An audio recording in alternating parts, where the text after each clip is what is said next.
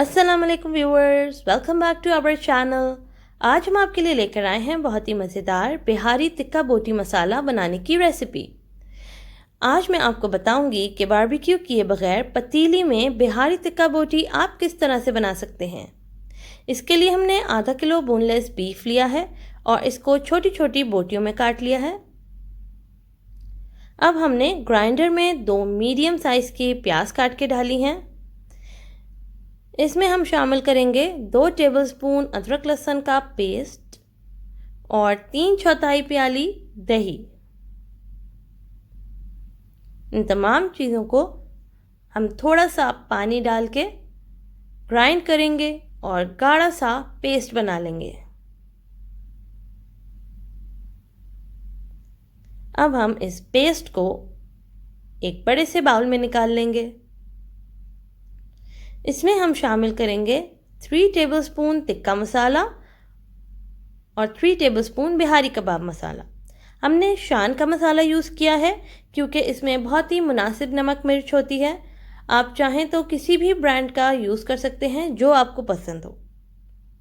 इन मसालों को हम अच्छे तरीके से प्याज के पेस्ट में मिक्स कर लेंगे।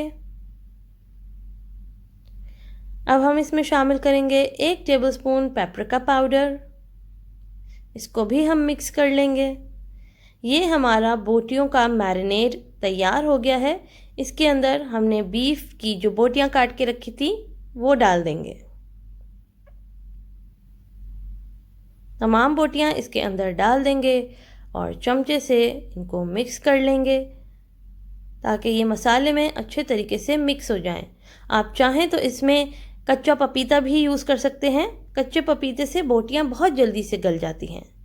अब हम इसमें 2 टेबलस्पून लेमन जूस डालेंगे और इसको मैरिनेट करने के लिए 2 घंटे के लिए फ्रिज में रख देंगे। आप इसको कम से कम 2 घंटा या फिर ज़्यादा से ज़्यादा आप इसको ओवरनाइट भी मैरिनेट कर सकती हैं। ये डिपेंड करता है कि आपके पास कितना टाइम है। अब हम एक देगची में तेल गरम कर लेंगे और इसके अंदर एक मीडियम साइज़ की प्याज काट के डाल देंगे। प्याज को हमने अच्छा सा ब्राउन करना है। अगर आप इसको अच्छी सी ब्राउन नहीं करेंगे तो आपके सालन का रंग भी फीका फीका रहेगा। जब प्याज अच्छी सी ब्राउन हो जाएगी तो हम इसके अंदर जो हमने बीफ मैरिनेट करके रखा था फ्रिज में 2 घंटे के लिए, वो हम इसके अंदर शामिल कर देंगे और मिक्स कर देंगे। अब हम इसको बिल्कुल धीमी आंच पे, बिल्कुल हल्की आंच पे ढक के पकने के लिए रख देंगे। प्याज और दही जो है वो खुद बहुत ज़्यादा पानी छोड़ देता है, तो ये उसी पानी में बिल्कुल हल्की आंच पे 1 से 1.5 घंटे में पक जाएगा। हमें इसको इतनी देर पकाना है कि बीफ जो है वो बहुत अच्छा सा गल जाए और इसका पानी खुश्क हो जाए। जब आपका सालन तैयारी पे हो तो आप एक कोयले को दहका लें। ये देखें, हमारी बिहारी तिक्का बोटी मसाला बिल्कुल तैयार हो गया है।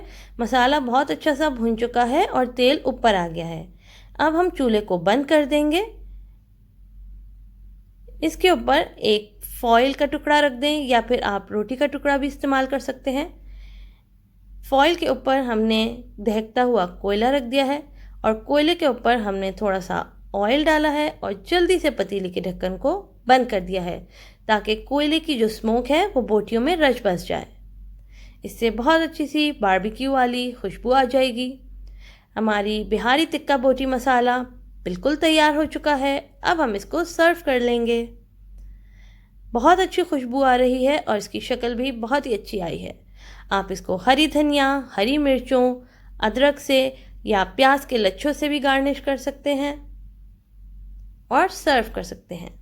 ये सबको बहुत पसंद आएगा। आप लोग ज़रूर ट्राई कीजिएगा और हमें फीडबैक दीजिएगा कि आपको ये रेसिपी कैसी लगी। आप इसे गरम गरम चपाती, नान या पराठे के साथ एंजॉय करें और मज़े करें।